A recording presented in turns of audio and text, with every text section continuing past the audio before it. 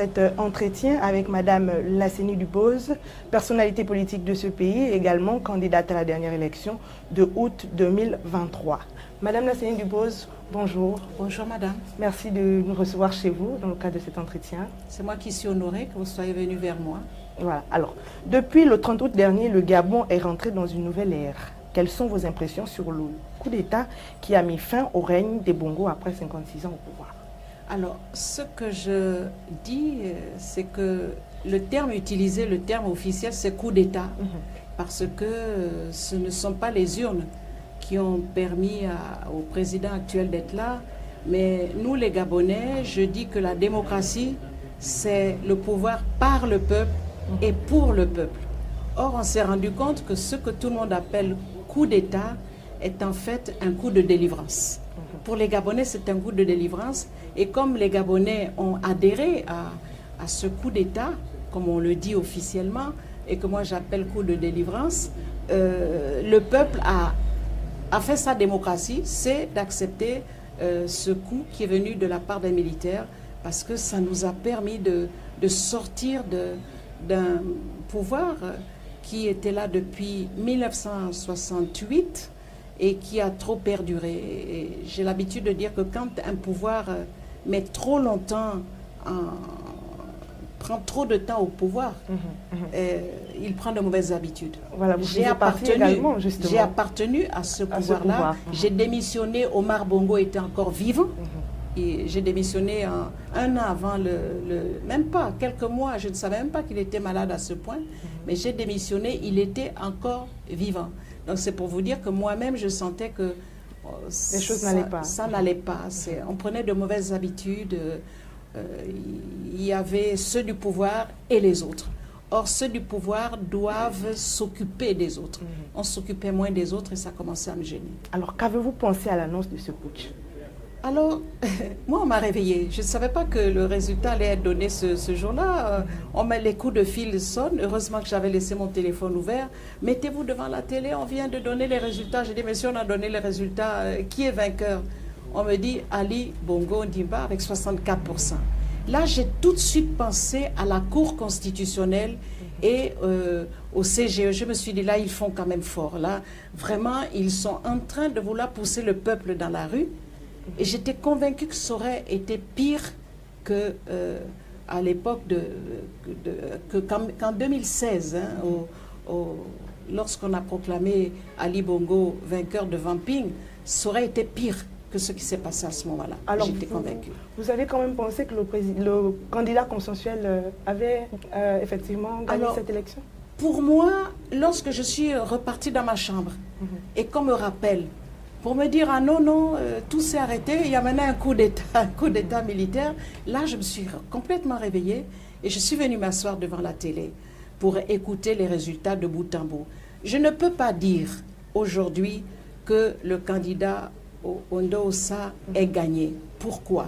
Parce que dans certains bureaux à Bitam, il n'y avait pas ces bulletins de vote.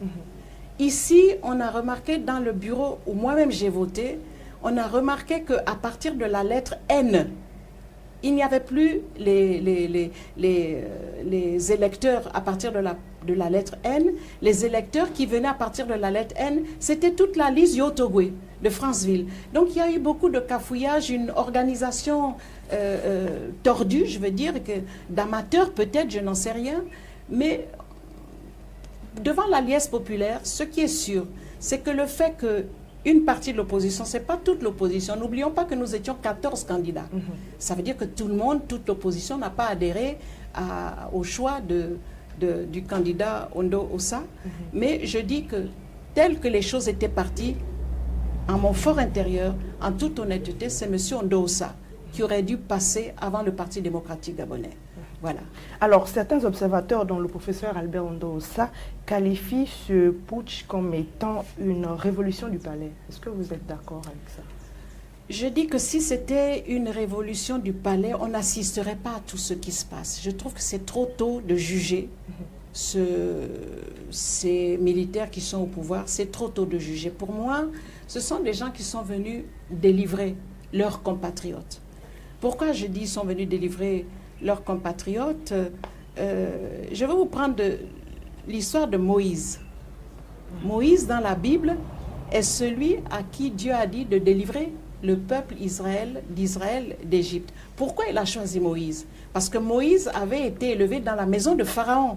Il connaissait tout le pouvoir de Pharaon, il connaissait les contours, les habitudes et même la magie, puisque c'est par magie qu'il jette le bâton, les autres magiciens jettent le bâton, mais c'est le bâton de Moïse qui avale le bâton des autres. C'est pour dire que pour que ce coup d'État réussisse, il fallait quelqu'un qui connaissent l'intérieur de la maison. Moi, ça ne m'étonne pas du tout. Je n'appelle pas ce monsieur un traître, j'appelle ce monsieur quelqu'un qui a du cœur, qui a vu que ses compatriotes que nous sommes, c'est pas parce qu'ils sont des militaires qui sont dans un camp et nous dans un autre. Ces militaires ont des familles qui n'ont pas d'eau aussi dans les quartiers, qui vivent la même misère que tous les autres, les routes caillouteuses et tout ça. Je pense que ce n'est pas pour moi un coup d'État qui s'est fait au niveau du palais. Je crois à la sincérité de ces militaires à condition qu'ils respectent leurs paroles et qu'au bout des années qui vont leur servir à remettre les institutions en place, qu'ils disent vouloir rendre au Gabon des institutions fortes, qu'après ces institutions fortes mises en place, ils se retirent pour laisser la place à quelqu'un qui aura été préparé pour continuer, pour faire la continuité et le respect de ces institutions fortes qu'ils auront mis en place. La période, est-ce que vous pouvez nous donner combien de temps vous estimez? Eux ont dit 2 ans. Ce sont des militaires. Quand ils ont fait leur coup d'État, ils ont certainement dû se préparer longtemps à l'avance. Ils ont dit qu'il leur faut 2 ans. Je crois aux 2 ans qu'ils disent. Maintenant, si le travail est si rude que ça, ils nous diront, le moment venu, si c'est moins de 2 ans, ça peut faire moins de 2 ans, pourquoi pas? Ça peut faire plus de 2 ans. Et ce que je dois rajouter, c'est que nous sommes tous partis aux élections. 14 sont partis. Disons, retirons Ali Bongo. 13 sont partis en face du candidat Ali Bongo Ndimba. Mais qui aurait pu dénicher toutes ces cantines que l'on a trouvées dans les maisons avec plein de milliards dedans, sinon quelqu'un des renseignements? On aurait été, disons, M. Ondo Ossa aurait été élu. Il n'aurait vu que du feu. Il n'aurait pas su qu'il y avait de l'argent, des milliards dans des maisons. Et lui, en tant qu'individu, en tant que civil, il n'aurait pas pu avoir accès à ces maisons pour aller sortir ces milliards-là. On aurait eu du mal. Je pense qu'il faut accepter la situation telle qu'elle est, que les militaires nous mettent de l'ordre. Nous avons besoin de rigueur, nous avons besoin de discipline. Le Gabonais était allé dans une espèce de léthargie, je dis, rien n'était géré. Pour moi, il n'y avait ni capitaine, ni gouvernail. Le bateau du Gabon était un bateau ivre qui allait à volo. Il était temps qu'on nous mette de la rigueur, de la discipline. Et il n'y a que des militaires pour nous permettre cela. Tout ce que je souhaite, c'est que leurs paroles soient respectées et qu'ils remettent le pouvoir aux civils le moment venu. Justement, vous parlez tout à l'heure des billets que l'on a retrouvés avec des proches de la famille Bongo. Alors, quelle lecture faites-vous de toutes ces choses aujourd'hui? La lecture que j'en fais, c'est que ces proches de la famille Bongo se sont rendus compte de la faiblesse de leur président, de leurs parents ou de leurs amis, parce qu'il n'y a pas que des parents qui ont pris. Et ils en ont profité. J'ai même dit que Ali Bongo, devant sa télévision ou avec son Internet, s'il a assisté à tout cela, je suis convaincue qu'à certains moments, il a dû tomber des nues. Tomber des nues, de découvrir que sa femme est mêlée à des détournements de deniers publics, que son fils, avec qui les photos sont là, les caisses et des valises et des sacs de dizaines et de centaines de millions, j'ai le sentiment qu'ils ont profité de la maladie de leurs parents pour commettre tous ces forfaits-là. Et qu'à un moment donné, je suis convaincue qu'il doit se dire lui-même, on a bien fait de me mettre de côté. J'étais vraiment entourée de malfrats, et en commençant par ses proches. Voilà, alors on parle de transition. Comment avez-vous vécu l'investiture du président de la transition, Brice Oligui Nguema? Écoutez, C'est dans l'ordre des choses. Hein. Des militaires ne font pas un coup d'État pour prendre le pouvoir et donner ça à un autre. Ils sont là pour l'autorité, pour la discipline. Nous tous, on a applaudi. Vous avez vu les Gabonais descendre dans les rues, applaudir. Et jusqu'aujourd'hui, ils apprécient ce qui s'est passé. Je pense que l'investiture s'est passée. Je regrette simplement qu'on n'ait pas invité les autres candidats. On était 14 candidats, je ne les ai pas vus à l'investiture. On nous a oubliés pour l'investiture du président de la République, qu'à cela ne tienne. C'était peut-être écrit comme ça qu'on ne devait pas y être. Mais je trouve que ça a été une belle cérémonie, si on parle de la cérémonie en elle-même. Et puis pour l'histoire aussi. Pour l'histoire, justement. Pour l'histoire, on retiendra que pour la première fois dans le monde, un peuple applaudit un coup d'État et qu'ils appellent un coup de délivrance. Bon, c'est ce qu'il faut retenir. Et si, je répète, pour bien conforter ma pensée, si le pouvoir, c'est par le peuple et pour le peuple, dans sa souveraineté, a choisi de soutenir les militaires qui ont fait le coup d'État.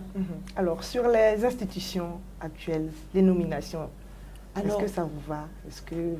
Les nominations, je pense que ces personnes qui nomment, ça fait longtemps qu'ils réfléchissent sur les personnes qu'ils vont mettre là. Toute la Cour constitutionnelle a été recomposée, sauf 2 ou 3, je ne sais même plus combien de membres de la Cour sont restés. Je n'ai pas à juger du choix du chef de l'État et de son entourage. Je n'ai pas à juger du choix qui est fait. Ils savent en leur âme et conscience pourquoi ils l'ont fait.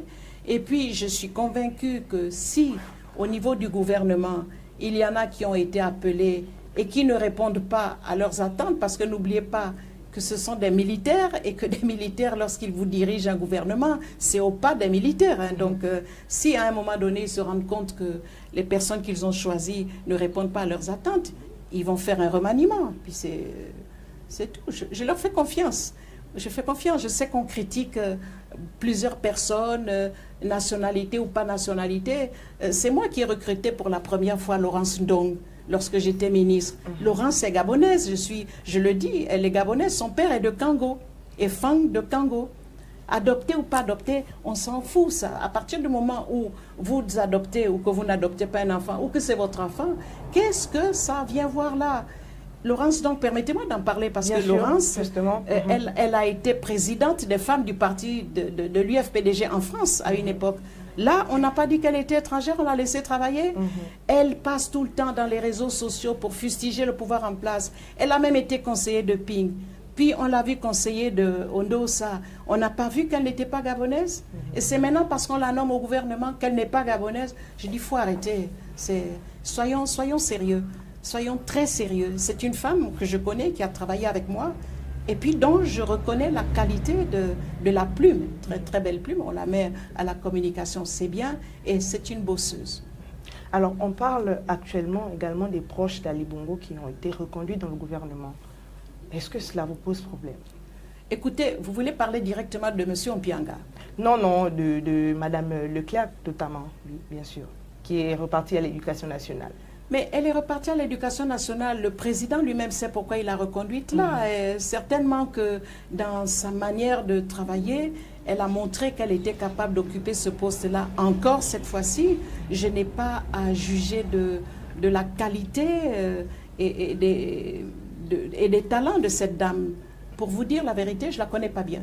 Je sais que j'ai fait une campagne en Toum. On m'a dit qu'elle était d'un Toum.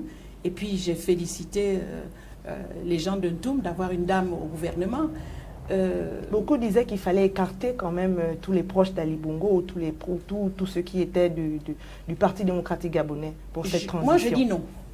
Je ne suis pas d'accord avec ça. Je dis ce monsieur n'est pas venu pour faire une scission, mettre des Gabonais véreux d'un côté et les autres sont les bons et on les garde. Non.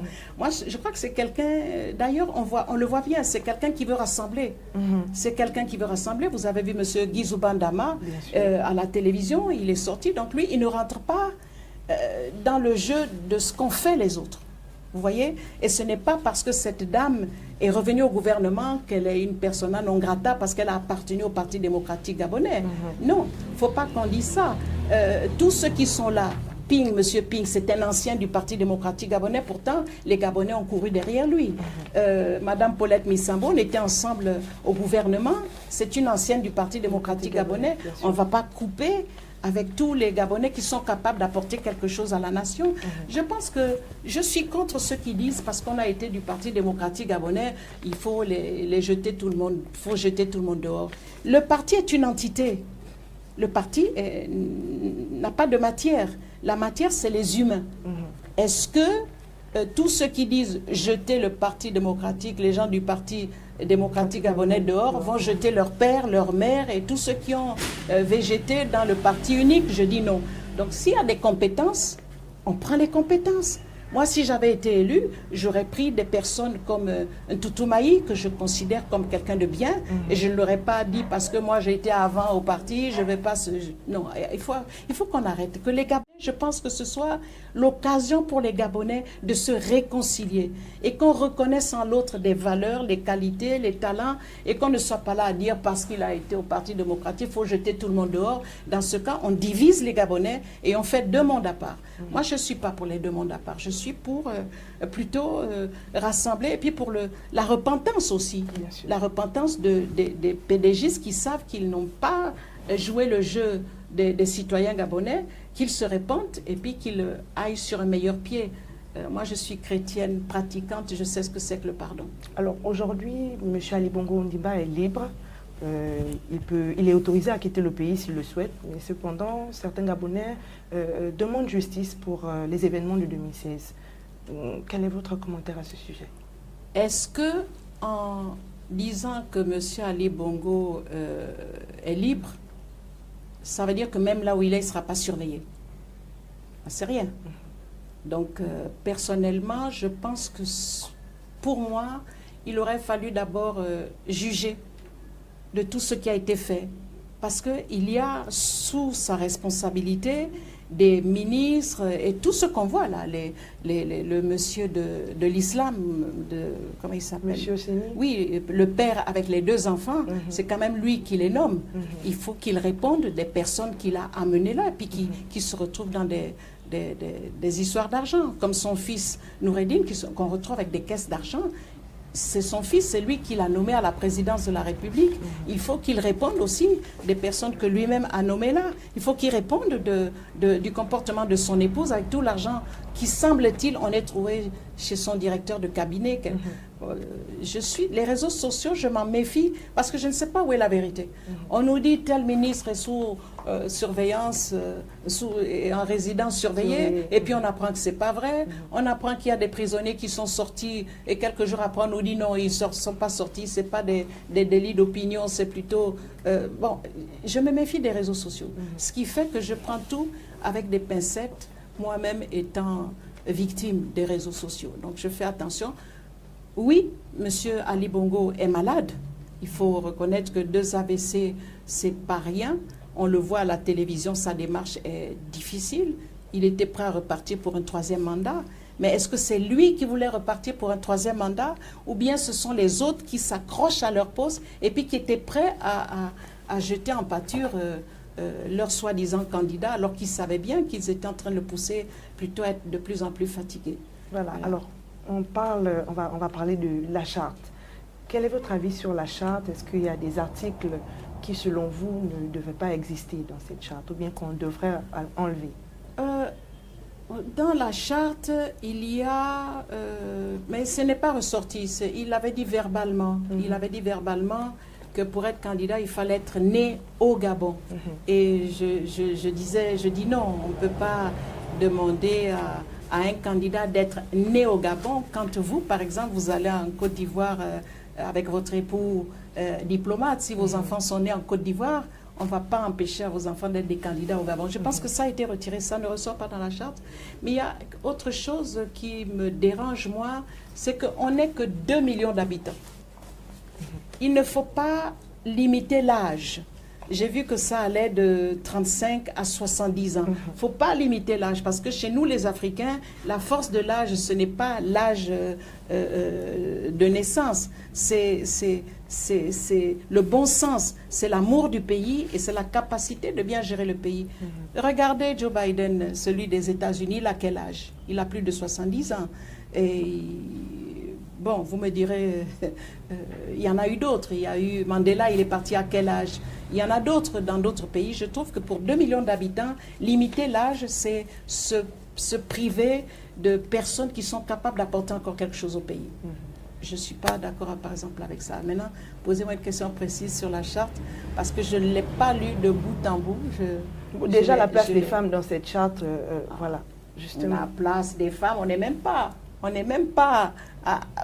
pas besoin d'aller d'abord dans la charte. Moi, ce que je vois, de toutes les nominations qui sont tombées, je cherche à la loupe les femmes. Je les cherche. Au niveau de tous les conseillers de la présidence, je n'ai pas entendu le nom des femmes, sauf si mon oreille a raté un épisode. Au niveau du gouvernement, elles sont 25 ou 26%. Au niveau du Parlement, certes, on a mis une dame au Sénat, mais quand on voit le reste, non, les femmes sont vraiment sous-représentées. Et ce n'est pas pour cela que les femmes se sont battues jusqu'ici pour pouvoir avoir la possibilité de gérer autant que les hommes la nation, que je dis que les militaires sachent que sur le plan international, il est recommandé d'amener les femmes autour des tables des négociations et que là, le bas blesse. Alors, quelles sont les missions les plus cruciales de cette transition, selon vous? Les missions, c'est vraiment de remettre d'abord le social. Vraiment, j'applaudis ce que le pouvoir actuel fait, d'avoir commencé par les cas sociaux, les retraités, les bourses scolaires aux enfants pour alléger la douleur des parents dont les fournitures scolaires deviennent de plus en plus chères. Ça, c'est une bonne chose, d'avoir commencé par le social. Ensuite, remettre l'économie qui va à volo, des entreprises qui sont parties. Je pense que l'économie, retrouver l'argent qui manquait au Gabon, mais on ne savait pas que c'était quelque part caché dans des maisons. Il y a quelqu'un qui disait, ce sont les pauvres qui amènent leur argent dans les comptes en banque et les riches qui les cachent dans les maisons. Donc, c'est quelque chose à revoir et j'espère que cet argent qui a été récupéré servira à faire décoller le pays dans beaucoup de domaines, domaine social, domaine économique. Il y a aussi la santé. La santé, on n'a pas, le matériel adéquat. On est obligé, il faudrait que le gouvernement en place. Je sais que c'est trop. Ici, ils sont là que pour une transition, on leur demande trop. Ce qu'il faut, c'est qu'ils nous mettent les bases du travail qui sera complété par le président qui viendra après.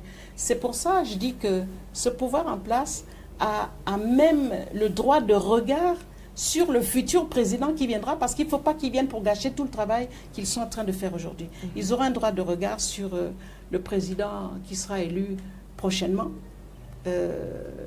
parce que la santé laisse à désirer. On est obligé d'aller faire des scanners dans d'autres pays.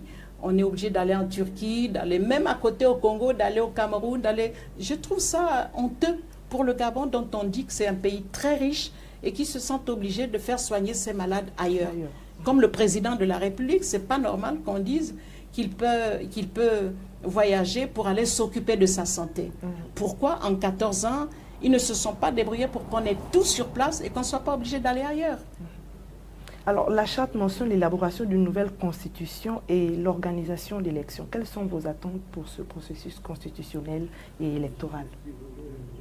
Déjà, dans cette constitution qui existe, il faut enlever l'article qui dit que le président, il peut être voté ad vitam aeternam. Il faut déjà retirer ça. Il faut limiter la durée de gestion d'un chef d'État. 2 ans, ça me paraît bien. Quitte à partir au bout de 2 ans et que le peuple vous rappelle après une transition qui sera gérée par un autre chef d'État. Il y a le nombre de parlementaires. On a augmenté les députés et on a diminué les sénateurs, je ne sais pas pourquoi. C'est à revoir, par exemple. On n'a pas besoin de tant et tant et tant de parlementaires pour un si petit pays. Et puis il y a... Le bulletin unique également, madame. Oh, le bulletin unique, il faut le supprimer. Il faut supprimer ça. Et puis il faut ramener l'élection à 2 tours. Il faut ramener l'élection à 2 tours. L'élection à 1 tour, voilà le résultat. Tout ce qu'ils ont voulu faire, l'élection à 1 tour, ça s'est soldé par un coup d'État. Voilà, parce que les gens n'ont pas apprécié. Oui, le bulletin unique, moi je ne suis pas d'accord. Vous avez vu, hein, permettez-moi de rire un peu, avec quelle rapidité les candidats qui étaient en doublon avec le chef de l'État sont allés retirer toutes les grandes pancartes qu'on avait dans les carrefours, partout ailleurs. Oui, il faut revenir là-dessus. Il y a beaucoup de choses à revoir, effectivement. Alors, les réformes politiques, économiques et administratives sont également au programme. Alors, pouvez-vous nous donner quelques idées sur les réformes que vous estimez essentielles? Moi, vous savez, à l'heure actuelle, qui peut dire le budget, qui peut définir le budget de tel ou tel département ministériel? Tout est dans le flou. Laissons-leur le temps de faire ce travail, de mettre à plat, de mettre une mise à plat de tout ce qu'ils vont découvrir, et à eux maintenant de nous dire au fur et à mesure. Tout ce que je souhaite de ce gouvernement, c'est qu'au fur et à mesure, ils informent les populations sur ce qui se passe. Par exemple, on dit qu'il y a des personnes qui sont en résidence surveillée, qu'on nous dise ce qu'on va en faire. Parce qu'il y en a qu'on met en prison. D'accord, madame. Et en tant qu'ancienne ministre, comment évaluez-vous l'importance de l'indépendance et de la justice pour lutter contre l'impunité? Comment vous estimez tout ça? Je vais vous dire une chose, une anecdote. J'étais en face du président Omar Bongo Ondimba une fois. Et il y avait une grande bourde que je ne vais pas évoquer ici. J'ai dit, mais monsieur le président, les Gabonais vous reprochent de ne pas sanctionner négativement lorsqu'on découvre les erreurs monumentales des personnes qui vous sont proches. Il m'avait répondu ceci. Il m'a dit, je suis du Haut-Ogooué. La majorité des personnes qui font ces bourdes sont du Haut-Ogooué et parfois même de ma famille. Quelle tête j'aurais dans le Haut-Ogooué si je venais à sanctionner mes neveux? Je préfère les retirer des poches où il y a de l'argent. C'est la sanction que j'ai trouvée pour eux. L'impunité, je trouve qu'il faut que ça s'arrête. Vous avez commis une erreur, une grosse erreur, comme les détournements. Il ne faudrait pas que ce soit quelques-uns qui aillent en prison et les autres dont on sait qu'ils sont aussi complices n'y soient pas. Peut-être qu'il n'y aura pas assez de place dans les prisons pour toutes ces personnes-là, mais il faut trouver une solution, une sanction, le remboursement déjà.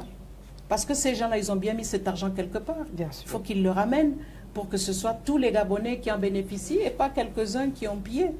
Justement, aujourd'hui, dans la charte, on nous dit que seuls les nationaux auront le droit d'acquérir des terrains dans notre pays, des titres fonciers.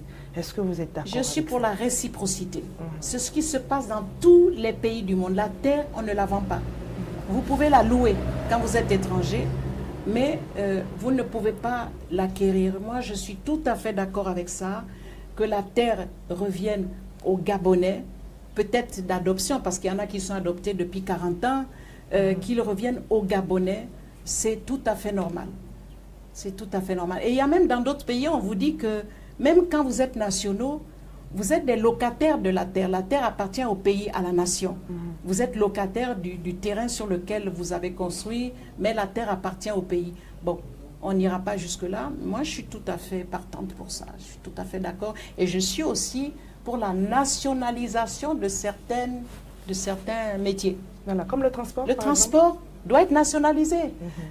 Ouvrir des commerces même doit être nationalisé. Quand vous allez en Éthiopie, aucun étranger ne peut ouvrir au Ghana, en Éthiopie, au Cameroun même. Vous ne pouvez pas ouvrir de sociétés, d'entreprises privées.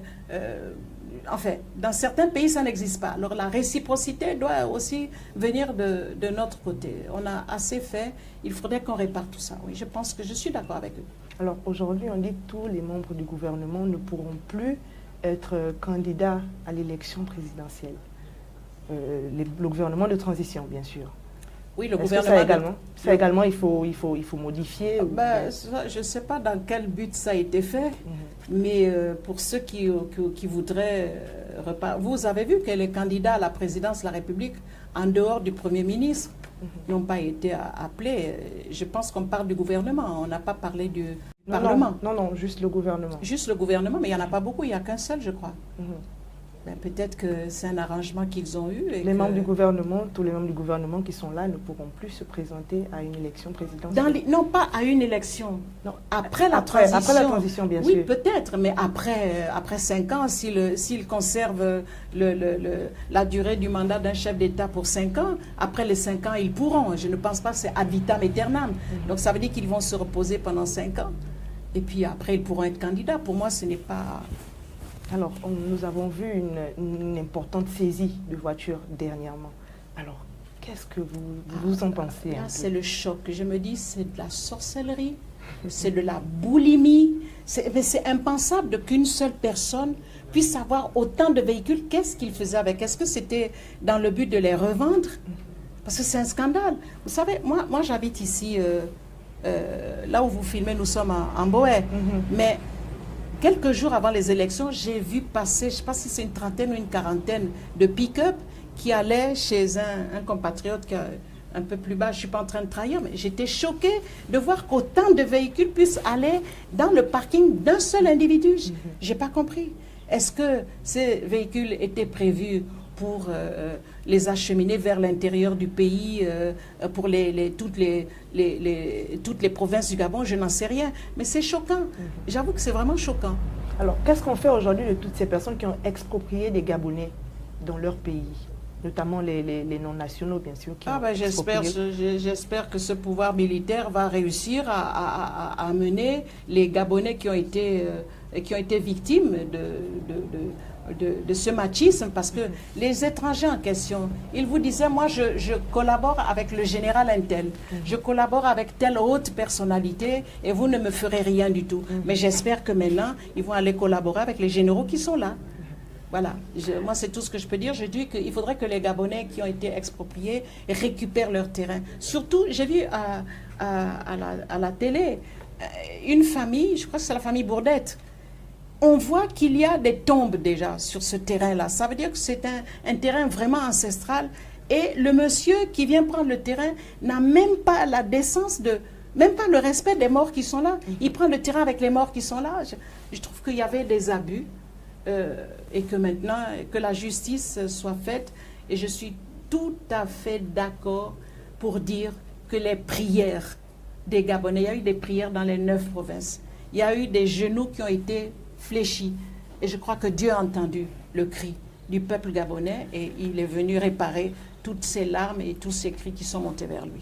Voilà. Alors, Madame Lassénie Dubose, nous sommes à la fin de cet entretien. Quel est votre mot de fin après tout ça? Mon mot de fin, c'est de dire aux Gabonais, nous ne sommes pas des ennemis. Que ce qui vient de se passer fasse partie de l'histoire à oublier. Nous tournons une nouvelle page de notre histoire. Je suis bien contente parce que c'était le slogan de ma campagne et c'est le titre de mon livre. Écrivons une nouvelle page de notre histoire. Je suis bien contente que cette histoire soit tournée, mais je vois dans les réseaux sociaux des attaques, les Gabonais. Faisons en sorte que cette période soit l'occasion pour nous de restaurer l'unité, de restaurer l'amour des uns pour les autres, de restaurer la justice aussi. On se bat ensemble pour notre nation. Que ce soit le Gabon qui soit gagnant et pas nos petites querelles. Je trouve qu'il y a encore trop de divisions. Les PDG sortaient par là. Bon, même les PDG qui sont sortis depuis longtemps, ils sont insultés aujourd'hui. Non, le PDG, c'était un parti politique dans lequel il y avait le parti unique à l'époque et des personnes qui n'aiment pas trop changer de parti, qui souffraient de voir de l'intérieur des choses qui n'allaient pas, mais qui restaient quand même là. Aujourd'hui, les choses ont changé. Que les Gabonais s'unissent pour un nouveau Gabon, pour un Gabon merveilleux que nous attendons tous. C'est ce que je veux dire. Nous ne sommes pas des ennemis. Nous ne devons pas être des ennemis. Je suis pour la réconciliation. Il faut même qu'on fasse une journée de réconciliation. Et même instituer, mon mot de la fin, instituer une journée de prière tous les 6 mois ou tous les ans, mais quelque chose qui rassemble le peuple autour d'une idée propre, d'une idée saine, d'une idée sainte, et puis qui est rattachée à Dieu.